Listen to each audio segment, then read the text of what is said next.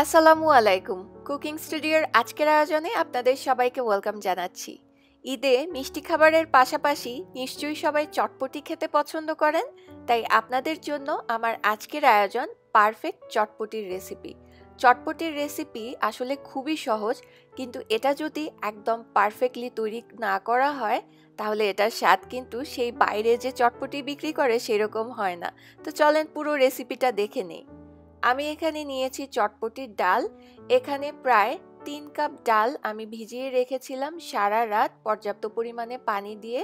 আর অবশ্যই ডালটাকে ধুয়ে তারপরে ভিজিয়ে রাখবেন। আপনাদের কাছে যদি সারা রাত সময় না থাকে তাহলে এই চটপটির ডালটাকে কমপক্ষে ৩ থেকে ৪ ঘন্টা ভিজিয়ে রাখবেন গরম পানি দিয়ে, তাহলেও এটা তাড়াতাড়ি ফুলে ডাবল হয়ে যাবে। তবে সারা রাত ভিজিয়ে রাখলে যেটা হয়, এটা সিদ্ধ হতে সময়টা কম লাগে। তো এবার চটপটির ডালটাকে আমি প্রেসার কুকারে নিয়ে নিচ্ছি। আমি প্রেসার কুকারে করছি কারণ এতে সময় একদমই কম লাগে। আপনি চাইলে রেগুলার হাঁড়িতেও সিদ্ধ করতে পারেন। এবার আমি দিয়ে দিচ্ছি ৬ কাপ পরিমাণ পানি।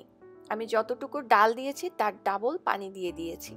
এবার দিয়ে দিচ্ছি লবণ। এখানে ২ চা চামচ পরিমাণ লবণ আছে, আপনারা স্বাদ অনুযায়ী দিবেন। হলুদের গুঁড়া জাস্ট ১ চিমটি দিচ্ছি একটু কালারের জন্য, খুব বেশি দিতে যাবেন না। এখন এটাকে মিশিয়ে নিয়ে আমি যেটা করব, প্রেসার কুকারটাকে ঢাকনা দিয়ে ভালোভাবে ঢেকে দিয়ে এটাকে চুলার আঁচটাকে বাড়িয়ে ডালটাকে সিদ্ধ করে নিব ঠিক ২টা হুইসেল পর্যন্ত। এখন এই ২টা হুইসেলে কতটুকু সময় লাগবে ডিপেন্ড করবে আপনাদের প্রেসার কুকারের উপরে। তবে চুলার জালটা বাড়িয়ে দিবেন। আমার প্রায় ৮ মিনিটের মতো লেগেছে ২টা হুইসেল আসতে। ডালটা সিদ্ধ করার পরে ওপরের দিক থেকে দেখবেন সামান্য কিছু খোসা ভেসে উঠতে পারে। সেই খোসাগুলোকে আলাদা করে সরিয়ে আমি ফেলে দিচ্ছি। আপনি যদি রেগুলার হাঁড়িতেও ডালটাকে সিদ্ধ করেন তাহলেও কিন্তু এভাবে খোসা দেখতে পাবেন, এগুলোর ভেতরে কিন্তু ডাল নেই। এখন এর মধ্যে দিয়ে দিচ্ছি চটপটির মশলা। আমি ১.৫ টেবিল চামচের মতো দিচ্ছি। এটা আপনারা স্বাদ অনুযায়ী অ্যাডজাস্ট করে দিতে পারেন। আর এই চটপটির মশলার রেসিপি আমার চ্যানেলে আছে, লিংক ডেসক্রিপশন বক্সে থাকবে। আধা চা চামচ পরিমাণ ভাজা জিরার গুঁড়া আর দিচ্ছি আধা চা চামচ পরিমাণ বিট লবণ। তবে বিট লবণটা অপশনাল, অনেকেই আছে বিট লবণ পছন্দ করে না, তারা চাইলে বাদ দিতে পারেন। আমি ২টা আলু আগে থেকেই সিদ্ধ করে রেখেছিলাম। সিদ্ধ করে সামান্য একটু চটকে রেখেছি। একদম ভর্তা করে ফেলবেন না, কিছু আস্ত আলু থাকবে এবং কিছু চটকানো থাকবে, ওভাবে করে চটকে নেবেন। এখন এই সব কিছুকে একত্রে মিশিয়ে দিচ্ছি। এই পর্যায়ে আর ঢাকনা দেওয়ার প্রয়োজন নেই, যেহেতু ডালটা ভালোভাবে সিদ্ধ হয়ে গেছে।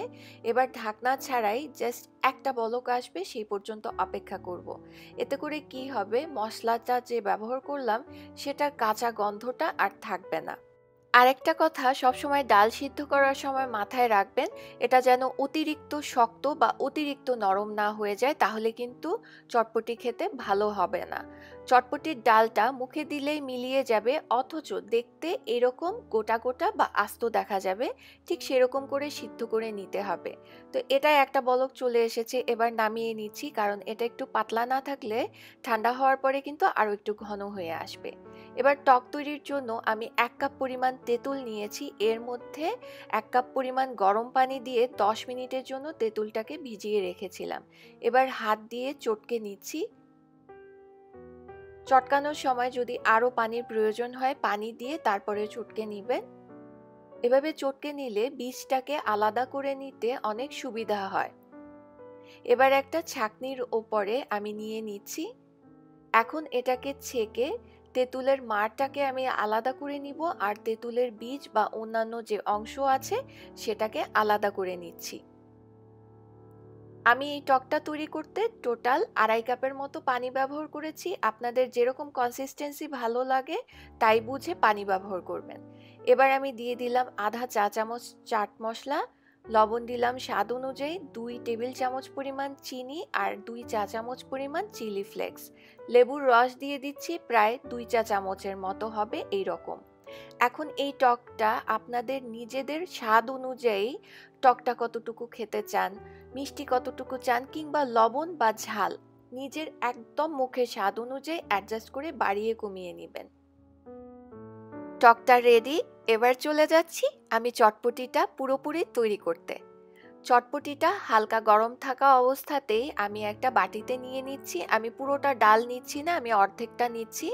ঠিক যতটুকু আপনার মনে হয় আপনি সার্ভ করবেন গেস্টের সামনে ততটুকুই ডাল নিবেন। এবার এর মধ্যে আমি নিয়ে নিচ্ছি ডিম। ডিমটাকে গ্রেটার দিয়ে গ্রেট করে নিয়েছি, আর এটা গ্রেটারের চিকন অংশ দিয়ে করেছি, তাহলে দেখতে দোকানের মতো হবে। এবার দিয়ে দিয়েছি ধনিয়া পাতা কুচি 1/4 কাপ, কাঁচামরিচ দিয়েছি স্বাদ অনুযায়ী, পেঁয়াজ দিয়েছি ছোট একটা কুচি করে কাটা, শসা কুচি দিলাম, এটা স্বাদ অনুযায়ী আপনারা দিবেন। আমি 1/3 কাপের মতো দিয়েছি। এখন এই সব কিছুকে মিশিয়ে নিতে হবে। আর যা যা দিয়েছি এই সব কিছু আপনারা কম বেশি করতে পারেন আপনাদের যেভাবে পছন্দ। আর চাইলে এটার মধ্যে একটুখানি যে টকটা রেডি করেছেন সেই টকটা দিয়েও মিশিয়ে দিতে পারেন। পরে যদি কারো দরকার পড়ে অতিরিক্ত টকের, সে নিয়ে খেতে পারবে। চটপটিটা কিন্তু সার্ভ করার জন্য এখন একদম রেডি। যার যতটুকু প্রয়োজন জাস্ট বাটিতে নিবে, প্রয়োজন পড়লে একটু টক দিয়ে খেয়ে নিবে। আর এটার কনসিস্টেন্সিও কিন্তু একদম ঠিক আছে। আর এটাকে আরেকটু আকর্ষণীয় লাগার জন্য চাইলে ওপর থেকে আবারও একটু পেঁয়াজ, ধনিয়া পাতা, কাঁচামরিচ, শসা, ডিম সবকিছু দিয়ে সাজিয়ে দিতে পারেন। আশা করছি এই চটপটির রেসিপিটা আপনাদের ভালো লেগেছে। ঈদে কিন্তু অবশ্যই ট্রাই করবেন। আর ট্রাই করলে ছবি তুলে আমার ফেসবুক গ্রুপ, যেটার নাম কুকিং স্টুডিও বাই উম্মি, সেটাতে শেয়ার করতে পারেন। সবাই খুব ভালো থাকবেন। আপনাদের সবাইকে আগাম ঈদের শুভেচ্ছা জানিয়ে আজকে এখানেই বিদায় নিচ্ছি। আল্লাহ হাফেজ।